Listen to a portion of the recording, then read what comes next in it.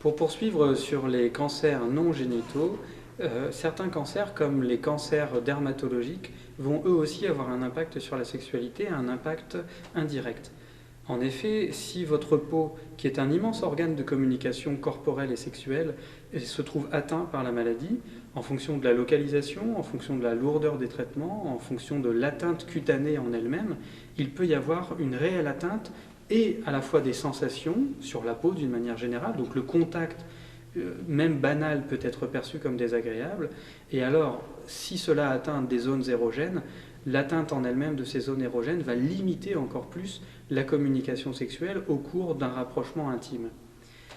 Évidemment, tout cela va dépendre des traitements, des effets secondaires, mais d'une manière générale, ce qu'il faut retenir, c'est qu'il faut prendre grand soin de sa peau, et notamment si elle est abîmée, prendre le temps de s'assurer qu'elle est relativement en bon état pour pouvoir aborder cette question de la sexualité,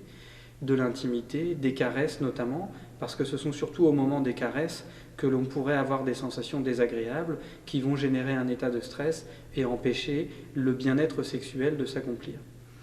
Si l'atteinte se fait au niveau des organes génitaux, on revient dans le même cadre quasiment que le cancer de la verge, avec la différence que si la verge dans son intégrité est conservée, mais que la peau est abîmée, évidemment, pour agir une sexualité, ça peut être plus compliqué.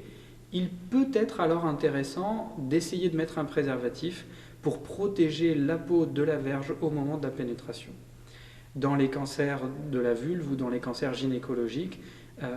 il convient aussi de prendre un certain nombre de précautions, mais probablement qu'une vidéo sera tournée spécifiquement sur ce sujet. Dans tous les cas,